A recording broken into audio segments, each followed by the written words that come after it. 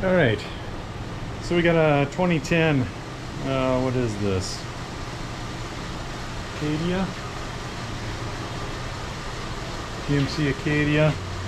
We got a couple codes in it here. Fuel trim, mass airflow sensor codes, catalyst efficiency codes. Customer stated it has no power.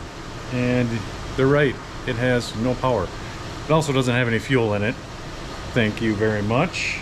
Can't even test drive it. Which, it's not going to move very far because it barely made it into the shop here.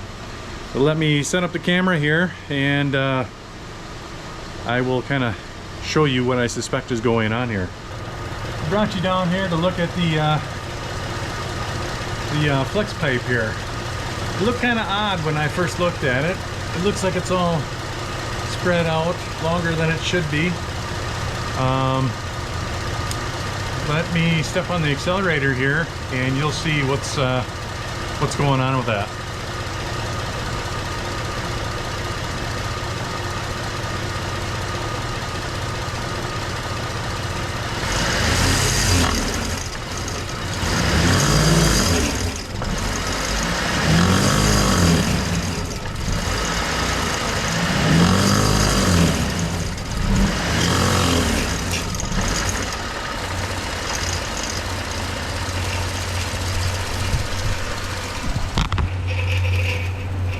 So as you can see there, it looks like we have a converter, probably downstream. It's got to be this one that's plugged if it's backing up this area here. So I'm guessing we have a faulty upstream converter and it's probably piled into this back one. So yeah, this is going to be expensive.